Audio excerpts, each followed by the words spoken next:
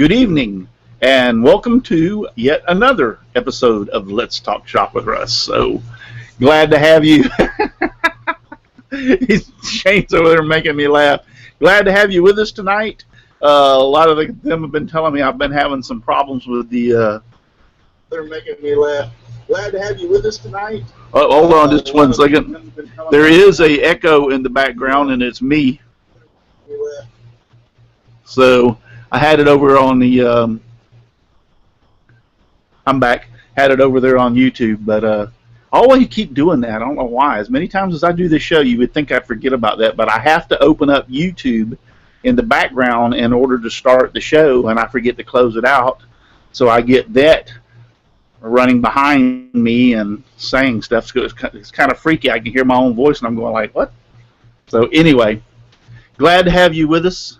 I'm back in the shop. Haven't been in here in a while. I was wondering if like anything was going to work in here, but they were talking about my internet connection was not that great a little earlier. I'm hoping it kind of straightens itself out. Can y'all hear me all right, everybody on the panel? It kind of straightened itself out? Oh, we can hear you, but your voice is still faster than your mouth, though. That's okay. So I need to talk real slow. All right, guys. So we're back in the shop out here, and the reason being is because I've had a lot of people ever since I started the Corel Draw thing when I was showing how to make patterns, ask me about doing some more scroll saw stuff. So I didn't have anybody that stepped forward this week, and I just want to make that announcement. If you have capabilities in your shop, internet capabilities, and it needs to be hardwired. The wireless just doesn't work. It can't get the streaming fast enough, so therefore there's a lot of problems with wires. You need a hardwire. I'm hardwired directly into my router that's actually in my house, but I think I'm pushing the distance when I'm out here because it's probably around 150 feet somewhere, so I'm pushing the distance. That might be part of the problems. But you need to have it hardwired, and we started a new thing that if you can video whatever you're doing, whatever you're building, if you have video capabilities, video what you're doing, and then you can play it. I can teach you how to screen share. You can play that video, and you can walk us through what you were doing and how you did it. And so love to have you on the show. So I know it's summertime. A lot of people are on vacation. Our viewers kind of drop off, and oh, by the way, if Shane and Shelly or y'all can keep an eye on the Facebook or the YouTube chat section, because I can't watch it tonight.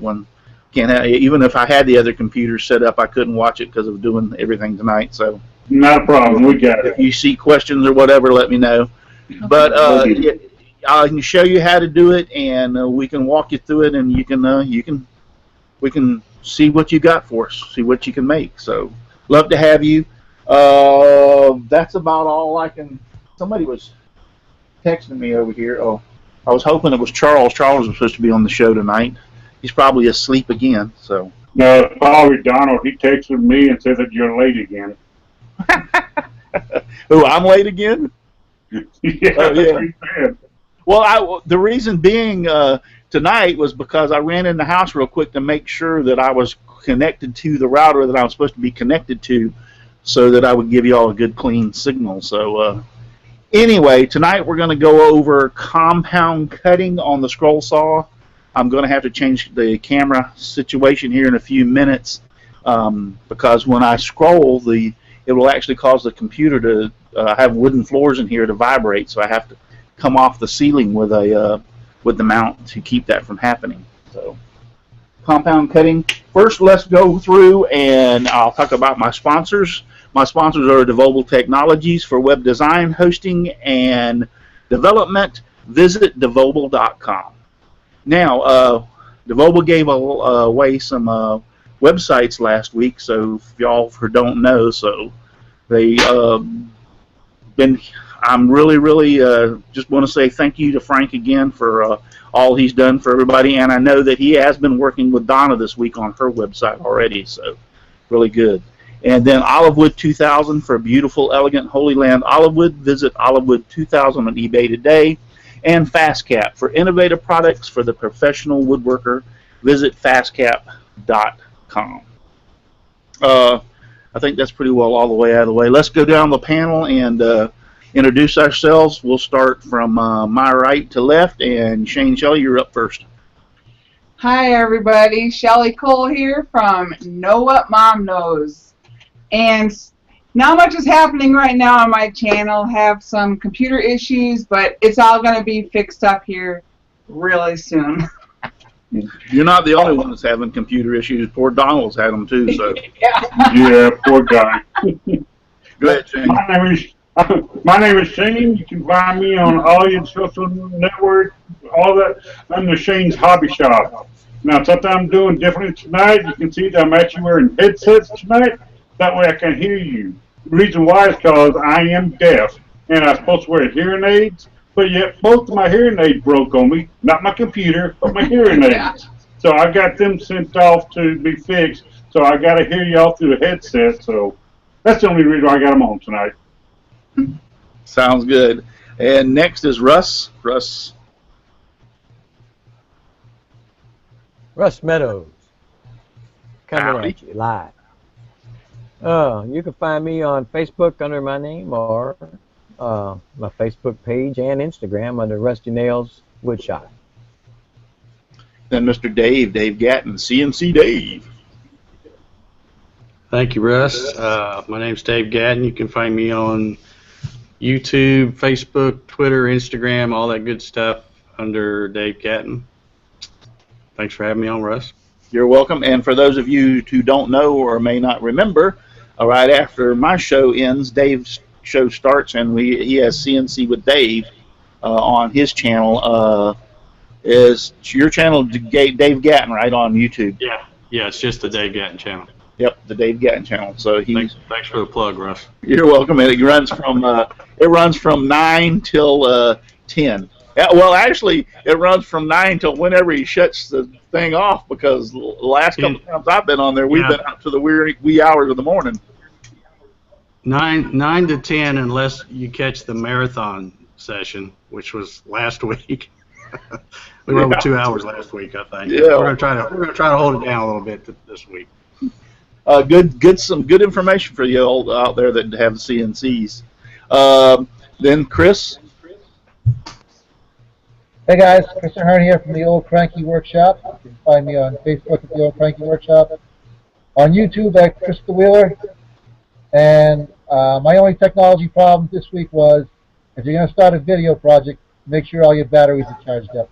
So, went to start a project today, and I had no battery power on any of my batteries. So, everything's on charger now. We'll be back in business tomorrow. I just got a PM. Let me see if it's Mr. John Shaffner. I've been expecting him to pop up here anytime.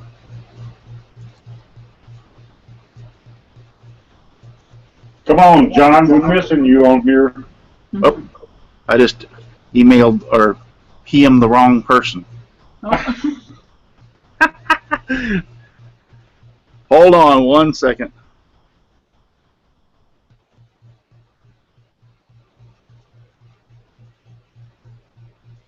Just wanted to check. No, it was not him, so sorry for that, folks. Well, I'll go ahead and tell everybody real quick. My computer, I'm sure, will be fixed, because I was saying before the show, I'm not very techy. I can do a lot of things, cook, woodwork. When it comes to technology, that's not my thing.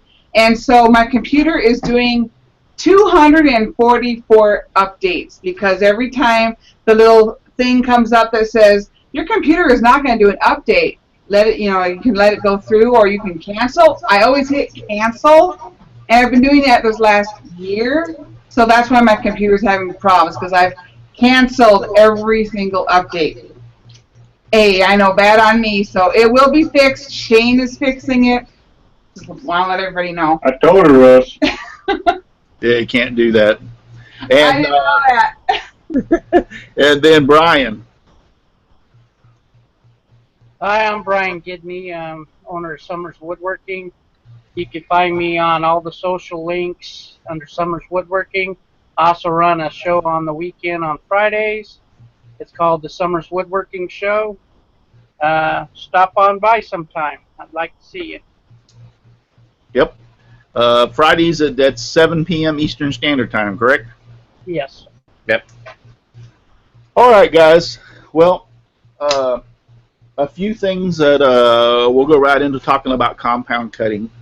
A few things that you need to know is, first off, most of the time when you do compound cutting, you're going to be doing it with 1.5 inch by 1.5 inch wood. That's pretty well the size. You're pushing it if you go over this for the scroll saw to cut. I have cut a little bit thicker than this, up to 2 inches, but the scroll saw was really not designed to cut really thick wood, so you're really pushing it. Most of the stuff I've ever done is 1.5 inch by 1.5 inch. So this is just out of a soft wood, out of a 2x6 that I cut up to make sure it was 1.5 inch by 1.5 inch. So most of the time your compound cuts are going to be cut with that. The reason being is because you need it like symmetrical. Whatever size you're going to have on this needs to be the same on this when you're cutting it. So that's pretty much what you're going to be using. Now, as far as the length, it's not really that big of a deal. You can have longer pieces.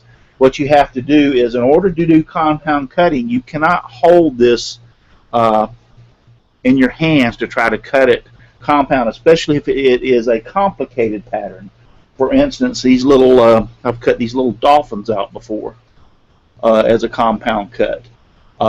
You need to have the pieces that are surrounding this, encasing this, if you cut it across the top and then you're going to flip it over on the side to cut the side profile, you need those pieces encasing this to hold it in position so it can't move. So what you're going to need to do is make yourself a clamp. This is the clamp that I have. I tried it with springs, but the springs, I can tell you, really aren't that big, really don't work that great. So you don't have to have the springs right off the bat. But once again, I used to use 1.5 inch by 1.5 inch square wood to make my jig, so to speak. You can make long, or you can make shorter ones. I've got 2 shorter ones that I can unbolt and bolt this to. You can make them medium. You can make them whatever size as far as the length. You just need to keep the 1.5 inch by 1.5 inch material here. This is just threaded rod that I used and cut off. I put some, can't even think of the name of them, T-nuts in here in the bottom for the threaded rod to go through. And then you need just need some wing nuts here to apply pressure. Like I said, you don't have to have the spring in here. I could take that off to apply pressure to it. So what you're going to want to do is basically stick your piece that you're going to cut in between here and then tighten it or lock it down with these wing nuts to hold it in position for when you're going to cut it. Donna Presley Russell made a great compound jig I use on chess pieces. Do what now? Donna Presley said Russell made a great compound jig that I use on chess pieces. Yes. Yeah. I don't. I've made. I mean, several people have made these. I'm not the one that invented this. Now, I want to make that perfectly clear. This has been around for a long time. I got this from somebody else a long time ago myself. I've been doing this compound cuts for a long time, but this was not totally my idea to make this. I got it from somebody else. I've made a few of these for people that are my friends that could not make them on their own, did not have the capabilities, so I made them and sent them to them over the years. So, but that's pretty much what you've got to have this jig to hold it. And then once you make the cut through, for instance, you don't want to take it apart until you have flipped it over, which I can show you now. So this is, and as if you notice, this is what I'm going to be cutting tonight. I'm going to make a hammer and a compound cut to see if I can make a hammer. in the compound. Now, with you having that piece in that clamp, don't that put a bind on your bandsaw blade? It's a scroll saw blade. Yeah, scroll saw. But won't that bind your blade up? Nah. Nope. Doesn't bind it up at all.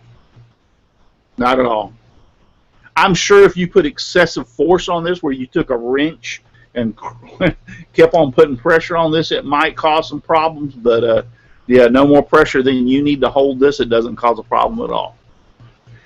But this is the one profile we're going to cut out, and then what we need to do is we're not going to take this apart. We're going to leave these. The white is where I'm going to cut this part out. So the white is what I want to leave intact to encase this. So now I can take it out and flip it over, put this piece in, and cut this profile. So I want to leave those white pieces in to encase it to help me hold it. I don't want to just strip it apart. So yes, we're going to make a wooden hammer tonight. That's another thing that you need to do when you're printing. It has to be the two profiles. They have to be about, and you want to make sure. Usually have a black line. I don't know if you can see it, but you want to make sure you fold. This is a solid piece of paper here. You want to make sure you fold it on that line in the crease to be able to make your two-dimensional cut, so to speak. It's not really 3D, but to make your two-dimensional cut, to make sure it's right on the crease of the block of wood. So also got the bigger part here is the hammer handle. If we get time, we might try to cut this out, but it's all. Now this one's pretty simple. There's not anything really big deal about this, but this one we're going to try and see if we can do this. So let's get. I decided a lot of times before I've done the dolphins. No, I think one time somebody before mentioned when I was doing the dolphins tail's wrong. If I'm not mistaken, dolphins' tails are supposed to be flat like this, not sideways. So I went back and changed the pattern and made the dolphins' tails right. So, Russell. Yes. I thought you were doing a headless woman at first, because when you held up the hammer on the one side, it looks like legs with. It looks like the head is gone. No, the other side, the other piece. Your other part with it. Yeah, now turn it. Yeah, that looks like a man or a woman with no head. The head's missing. No, I thought it's going to be a handle, or the head of a hammer. This is the handle. So we're going to see if we can make one. So let's first off. I can't hear you.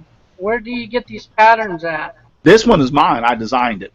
The dolphin I found on the internet. If you'll type in Google search, compound patterns for scroll saw, you should run across some of them. The dolphin I've had, I don't even know where it came from, but it's not my pattern. I found it on the internet years ago, and have cut it. They have a lot of people. What degree do you use on the compound? What? What degree do you use? You straight. You do not use any degree. Oh, okay. Yeah, it's going to be 90 degree off, or parallel to the table. Yeah, it's a straight cut. You do not use any angles or anything of the tilt the table or anything. It's straight through. So I'm going to close my camera out real quick so I can move it. I have to move my camera off my laptop over to a holder up here, because when I start cutting, I have wood floors in the shop. It'll actually cause the floor to vibrate, and it'll make y'all seasick. We found that out the hard way back when Charles and I were doing shows. So let me cut my camera off real quick, and I'll change over and be right back with you. And I can still hear you, so y'all. JP wants to know, do you have any patterns on your website? No, I do not. Not for compound cutting. This would be where the commercial would be. I guess it can. Did it come back on? Yeah, I guess it did. Camera's on, yeah. It was supposed to have been cut off. I don't know why it come back on. All right. Now let me turn this thing on and see if I can get this adjusted where y'all can see what I'm doing.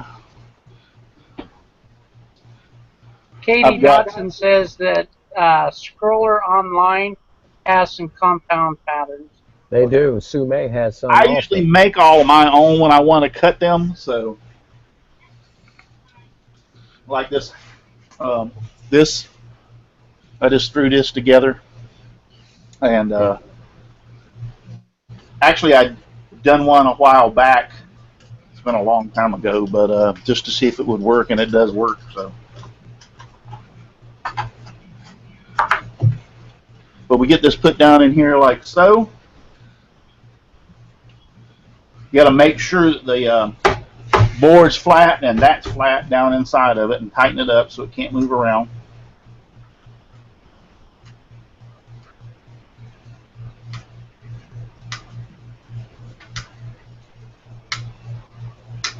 There are quite a few patterns in that Scroller's Choice magazine that I've been liking to look at, but I didn't know it's as detailed as what all this is. Yes. Yeah, I've made my own, and I've collected some over the years on my computer from other people, and over the years. So most of the time, I just make my own. Once you understand how to do it, it's really not that complicated. One thing, a couple of more things I need to go over before we start. I'm using a ultra reverse Flying Dutchman blade. I'll only use Flying Dutchman blades exclusively. I love them.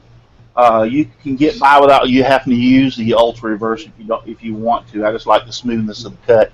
And the next thing is probably the minimum you want to use you can get by, and that's what I have in here is a number 3. You can jump on up to a 5 or a 7 if you want to on something like this. Now, if you get a little intricate as far as the cutting, then you may want to keep it down to a 3. A 3 will go through this. You just have to be a little bit more patient with it. But you can also jump up to a 5 or a 7. A 5 or a 7 is just a little bit bigger, thicker of a blade. That's all it is. That's all the difference. But Now, Buffalo, yes. I'm sorry. Buffalo Works over in the chat room wants to know, does it matter what side to start with? Not really. I haven't found that it mattered. I've always just started wherever. So really, that as long as you keep these pieces or surrounding it encased, so when you flip it over, which you will see here in a little bit, it really, to me, it doesn't make a difference. There might be somebody out there that says, "Oh, you got to cut this side this first." On their patterns, there are certain patterns there may be that, but not the ones that I've done. So, but and I'm running a number 3 ultra reverse blade, and I'm going to run my tension all the way up. And this has started giving me some problems here, so I don't know how good this is going to do. I got my dust collection and everything off because there's no way y'all going to be able to hear anything, and if you do need to talk to me, so I've got it all turned off. But let's see if y'all can see what I'm doing. Let's see if I can see good enough without this light on, because I think y'all can actually see. I can't see it. Y'all can actually see better with that light off. So let's see if I can see good enough to do this. So here, if it's going to go wrong, it usually goes wrong live. So here we go.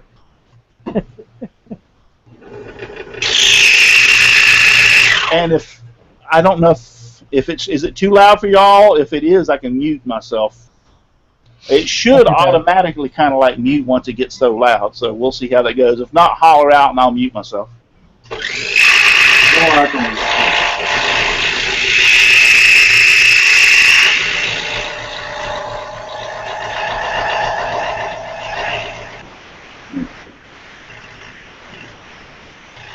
Now the main thing is, do not force this. Do not push this. This is an 1.5-inch piece of wood.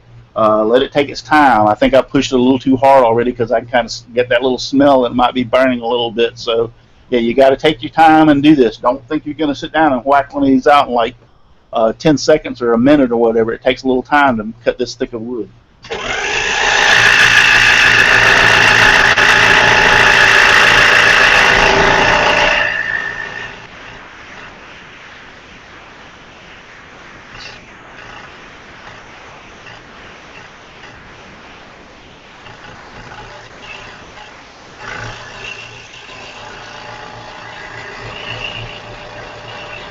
and if you make a mistake, there ain't nothing sandpaper can't fix.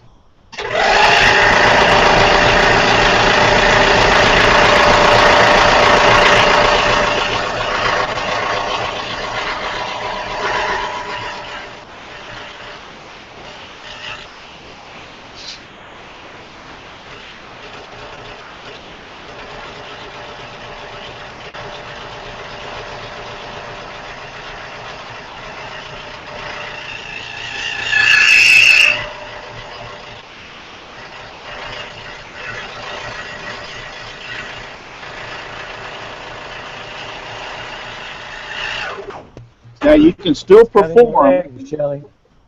I can't hear you. I told Shelly he's cutting her leg. Yep. Now you can, when you come to this corner, you can do your same traditional. If you want to make the spin, you can make the spin, or if you want to do a little where you take a little out to make the blade go around the corner a little bit, you can still do that on these compound cuts.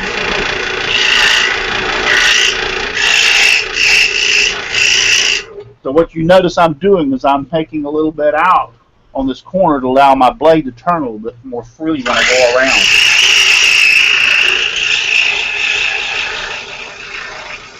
Or you can do it the traditional way and just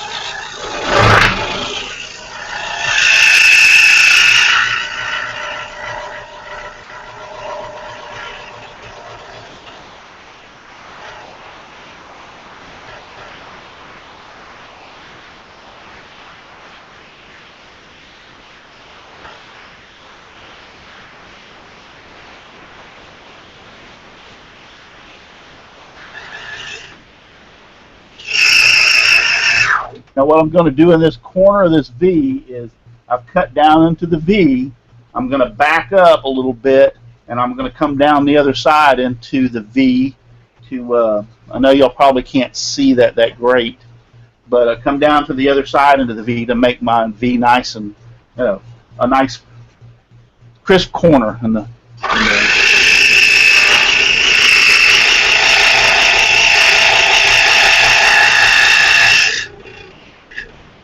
and that gives me plenty of room now to rotate my blade around to bring it out the other side. I think this thing moved on me when I turned that corner and wanted to hop out all over the place.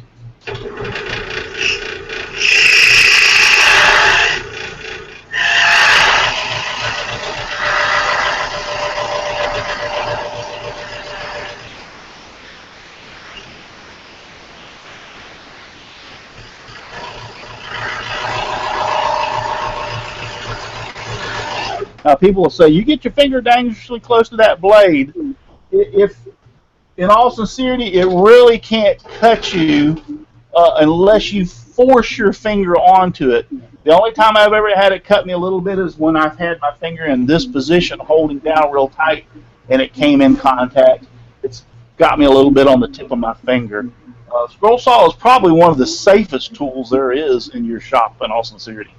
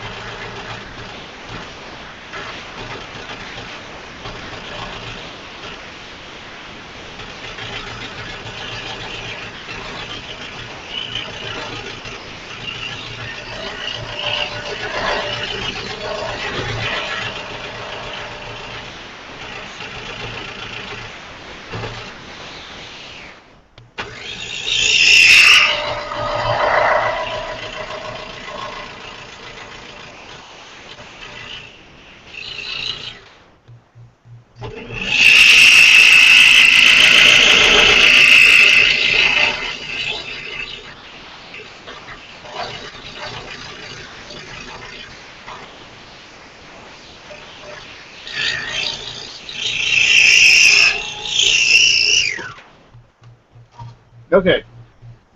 We have got the first leg cut. I'm going to turn on my, I don't think it's going to be that loud, but turn on my system so I can suck some of this dust up off the table.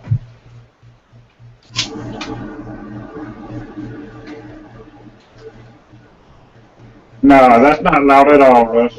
All right. Oh, I might just leave it on then because it collects all the dust underneath here. There's another part of it.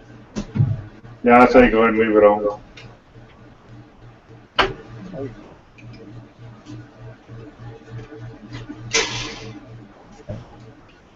Now we want to leave this intact. We do not want to take it apart. So what we're going to do is loosen these up some so it's not so hard to pull out.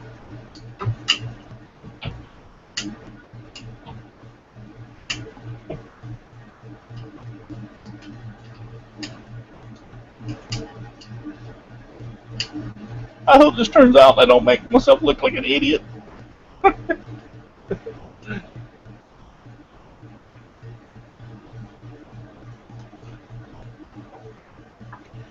Now, Dan Engelbrecht wants to know, why don't you use spiral blades? Because I don't use spiral blades. Spiral blades are good for certain things, but personally I wouldn't use them on this.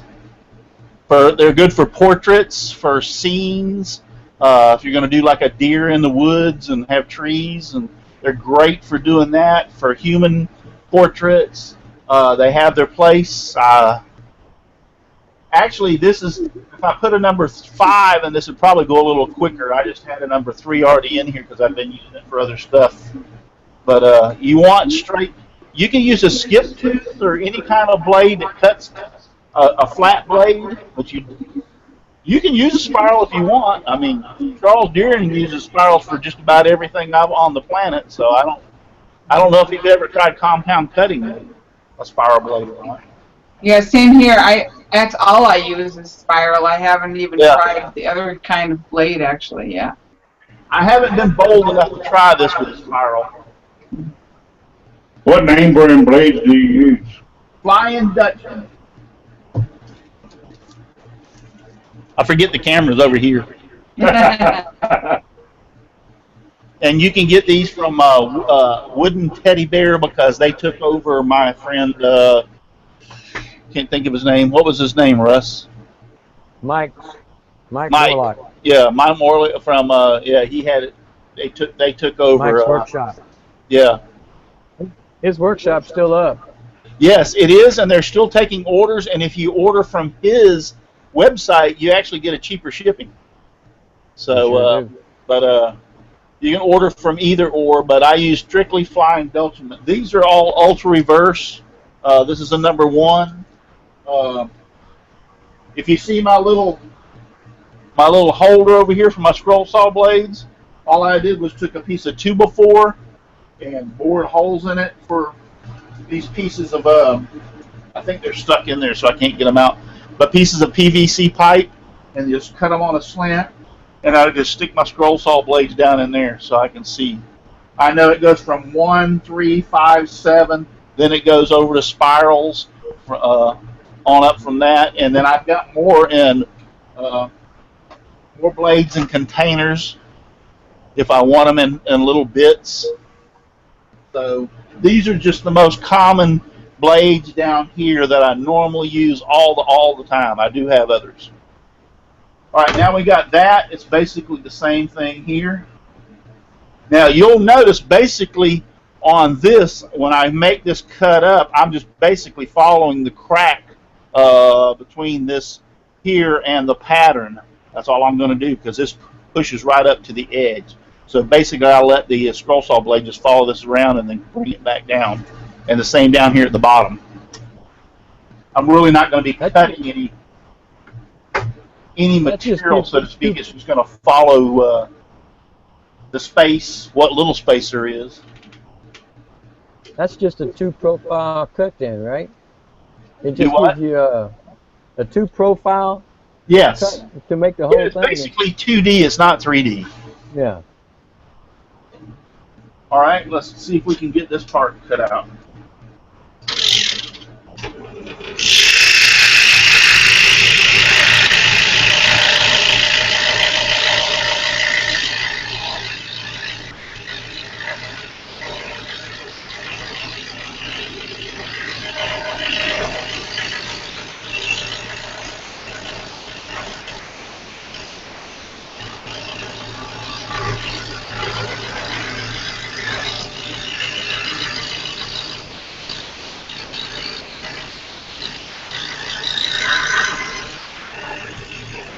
Yeah, quickly, this is going down this side because I'm just going right through the division between the pattern and the 2x4.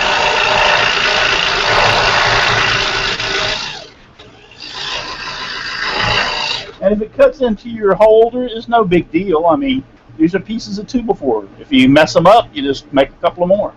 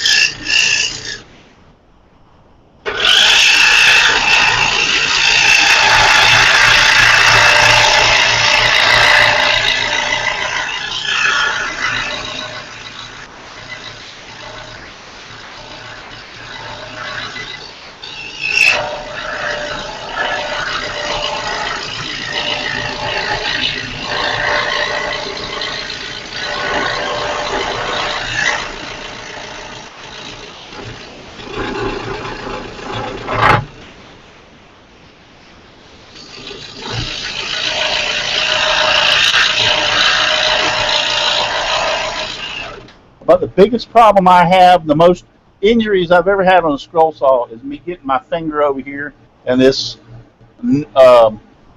tensioner for the blade whacking me on the back of the finger. That's about the biggest problem I ever had. And it does hurt, trust me.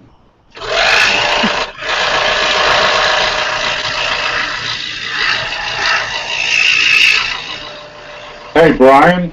Moon Pie Creations wants to know, how do you like your shop? Haven't heard much about it since the video you posted. Well, with the heat, haven't been in it much, except for to take the dog out. It's too hot in there. It acclimates to about 150 degrees in there. All right. If everything worked out good, we should have a hammerhead.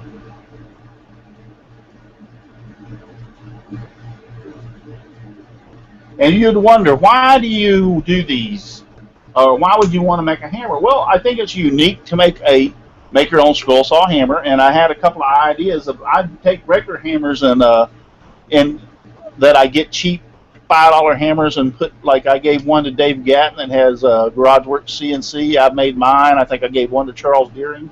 But I thought it'd be pretty neat to make your own hammer out of the scroll saw without having to buy it and then carve the name into it. And one of the problems you have with the hammer is it being a round, or not a round, but an oval surface. If you cut this out and use this, it's flat on both sides, so it's really easy to put the name onto it. So that was my idea for making the making a hammer with a scroll saw. So let's You a pretty smart cookie. push this out and Nice. Nice. A little higher. There we go. Sweet. Wow. Almost like you know what you're doing. yep.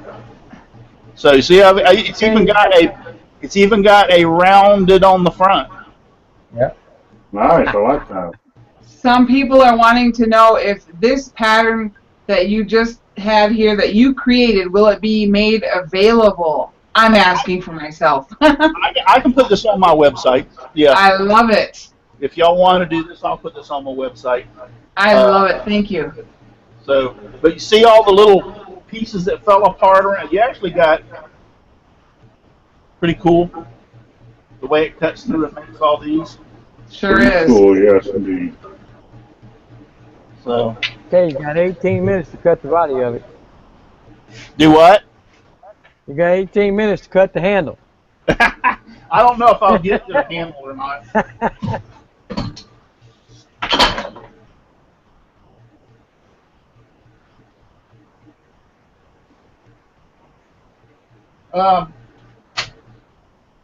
We'll give it a try. We'll go ahead and start on it. But I did cheat. If we don't get to it, I'll show you something. When I said earlier, if I hope it works, I know it works because I did cheat. You already made it, didn't you? Do you think I would do this live on air without knowing it worked? That's called insurance. Put out the finished product. Yeah, that's why when Shane did the Summers show, he made sure to do his cabinet twice to make sure he had his magical prop. Yeah, you gotta have that. Yeah, insurance always helps. Yeah, we only got 15 more minutes, so I won't. Let's don't cut this out. I mean, y'all know it's. I'll show you it's gonna work because I cut one of them out previously. Nice. And yeah. this is the handle, and you can see I already started working on the. Wow. Pretty cool. So I know without a shadow of a doubt this is going to work. And then what is really cool, now this is the one I cut before because you'll notice my printer was running out of ink today, so it made this kind of blue. So you'll notice this is the one I cut with this, and then this is the one I cut with this one because they're the same, but they're all identical. Sounds good. And then all you got to do is glue that together. Okay. And you've got your wooden hammer, and you put the person's name in it. Nice. That is so cool. You could like sell those. Those are awesome. Yep. So yeah, you just need. I mean, this is only for looks, so all I would do is glue it. I wouldn't pin it or anything. Yeah. It's only going to be for looks, but then with doing it this way now, if you do a normal handle, because it's round, you actually have to make a jig like this to hold a hammer down in position. My wooden hammer is inside, so I really can't show you, but I can show you this. Put the wooden one in. Your hammer handle is not round, it's oval. So therefore, when you try to cut it, it wants to move. So if you put it into this jig, this will help hold it in position so that you can cut it so it can't move. Now, I have straps that go across on a real hammer to hold this down in position, which gives you access. Because a real hammer is actually from here to here. And this catches the very end of it, and this comes across the head. So now you have all the space to cut on a real hammer. So, but with this being square on the table, you do not need a jig to cut the names out. All you have to do is, I think these are pre-bored. I don't know if the hole's big enough. It's not. I see you started on that handle pretty good. You got the first 4 letters right, but somewhere along the line you messed up on that last name. The last. Yeah, messed up on the last. Yeah, this is not designed. Like I said, I'm not going to cut this. This is not designed for a number 3. This hole's way too small. This is designed for like a number 1. I use number 1 for something like that. Yeah, I used the number 1 to cut these 2 out. I keep on referring over here. I forget the camera's over here. But Donald could take this idea and make him a whole set of tools. Yeah, but there you have it. Pretty neat. Do a little sanding on it, glue it together. You could stain it or whatever, and put the person's name on it, and then you've made a wooden hammer. So. All right, outstanding. But there you have it. I think it's pretty neat. But yes, I don't have the pattern. Let me give me like about 2 seconds, and I will change over back to the camera, back over to my laptop.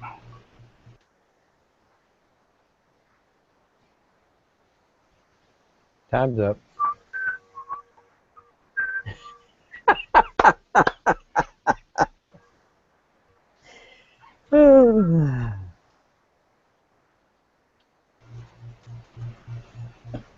Okay, I'm back.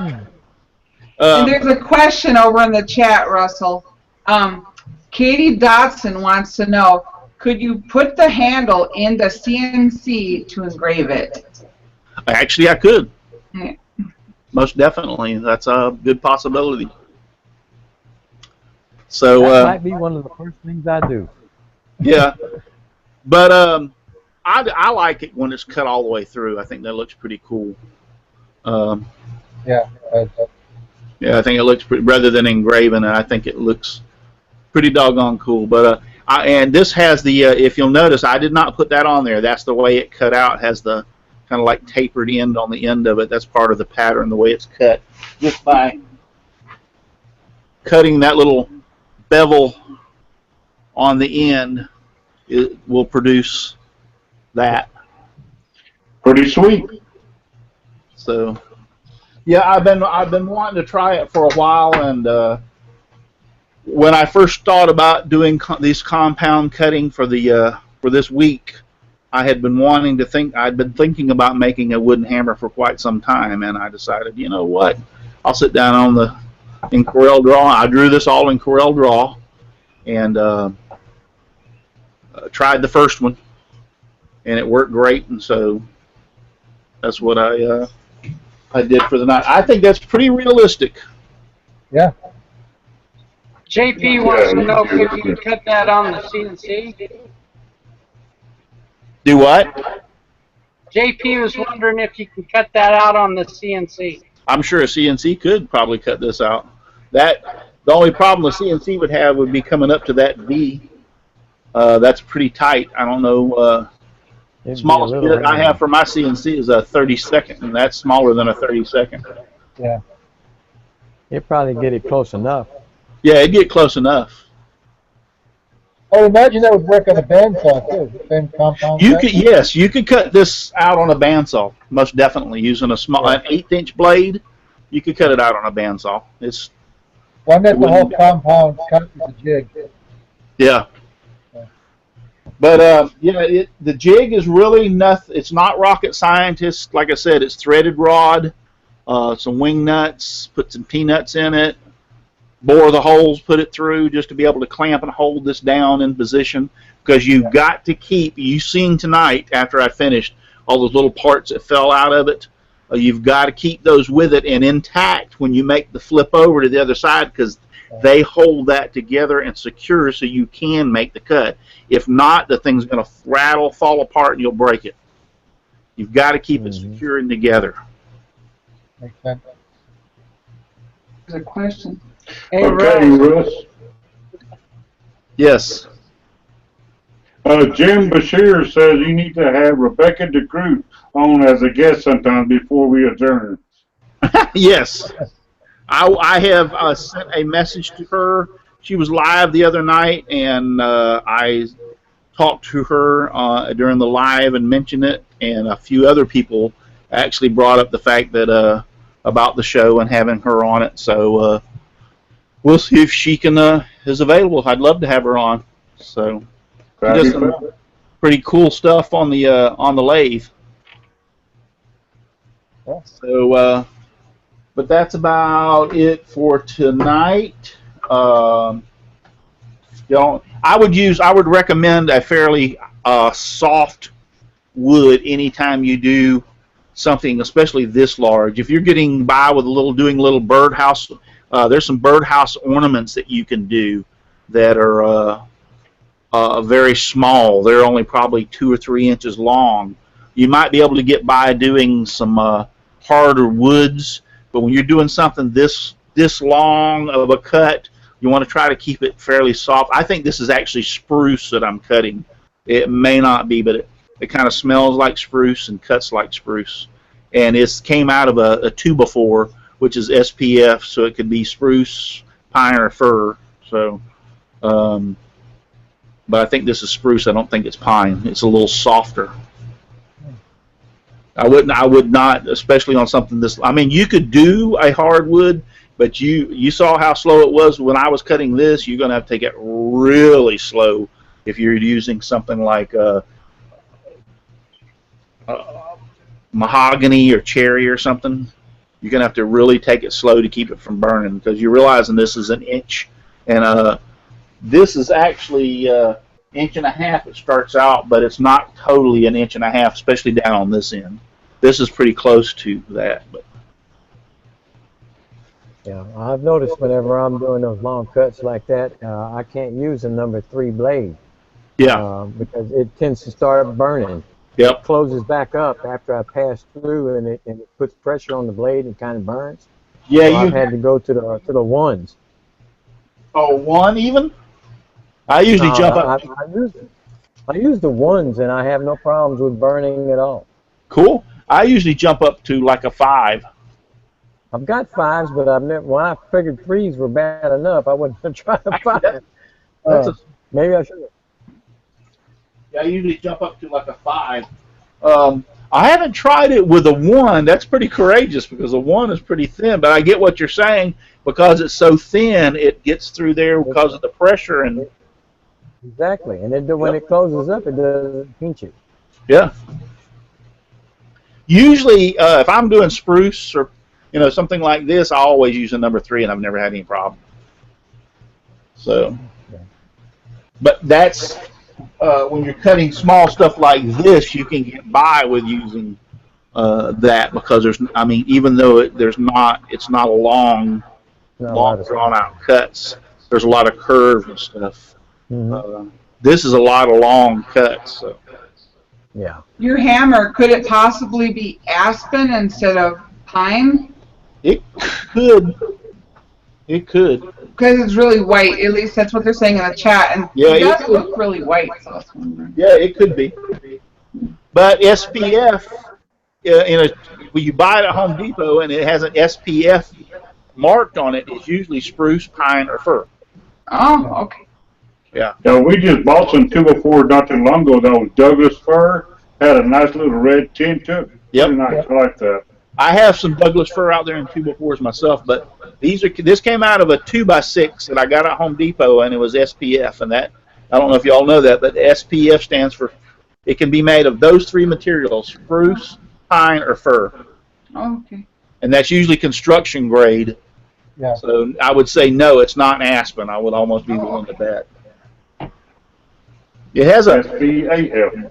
It has a little bit different smell than pine. I work around a lot of pine. It smells a little different than pine. So, although I could have sprayed it with bug killer, and I'm going to croak in about 5 minutes. I got dibs on the scroll saw. So that's about all I have to say. We only got about 4 more minutes, so I like to show y'all something real quick. I know a lot of people have that. This is my little thing up here to hold my camera, by the way. Let me get it up out of the way. How I don't know if y'all noticed or not, but my saw, when I let go of it, it pulls it and stays up in the air. Mm-hmm. And the reason being is I have my own little design. Way before anybody else came out with the those lifts, I made my own long time ago to lift mine up.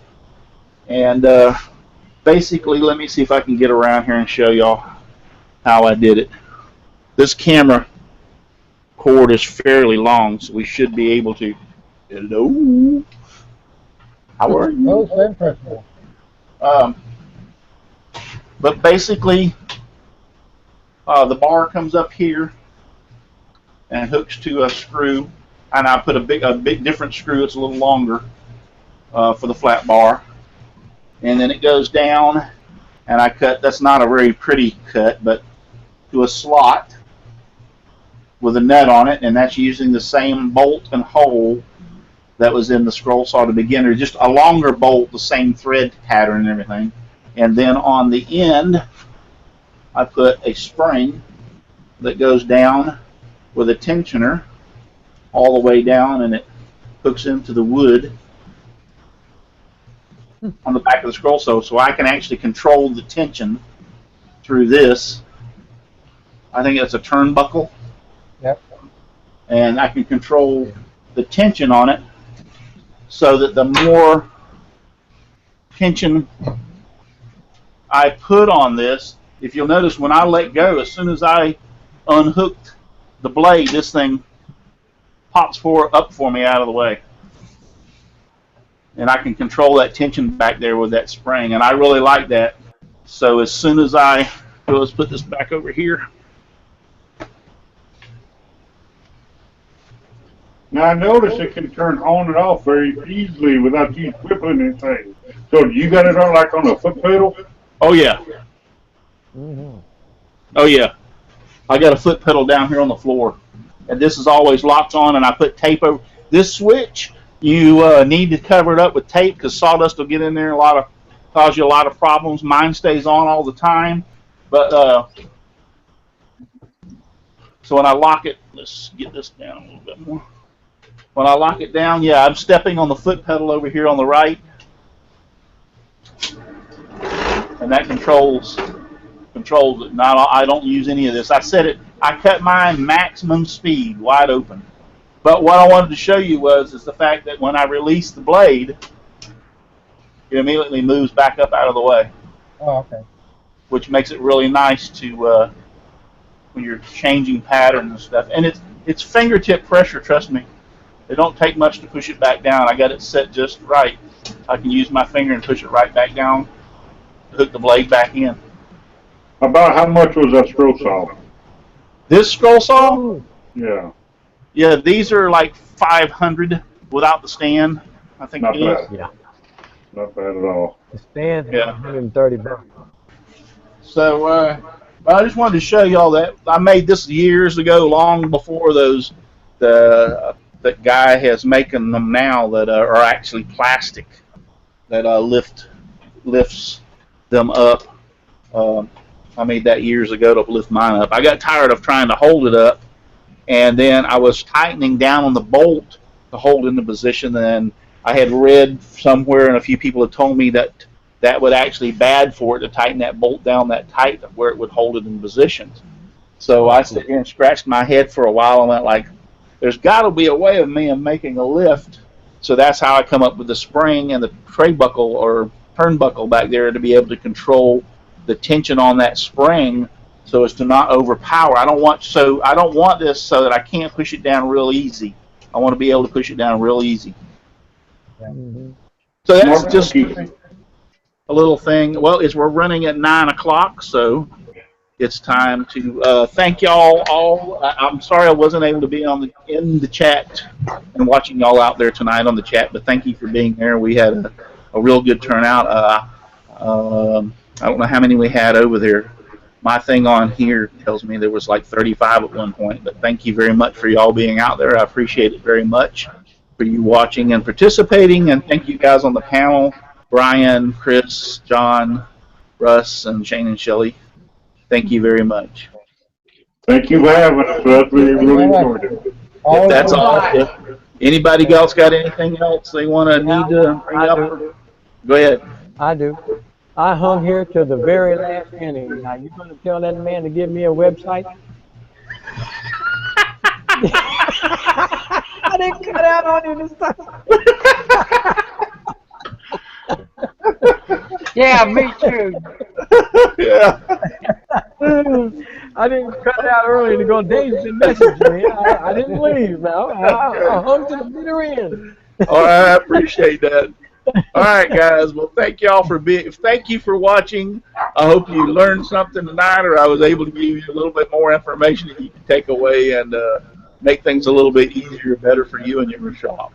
I appreciate you. One more thing I need to do. Just give me sawdust, lots of sawdust, all around me and everywhere. I like it flying all around my shop and even I'll be in here. Good night. God bless. Good night, everybody. Good night, folks.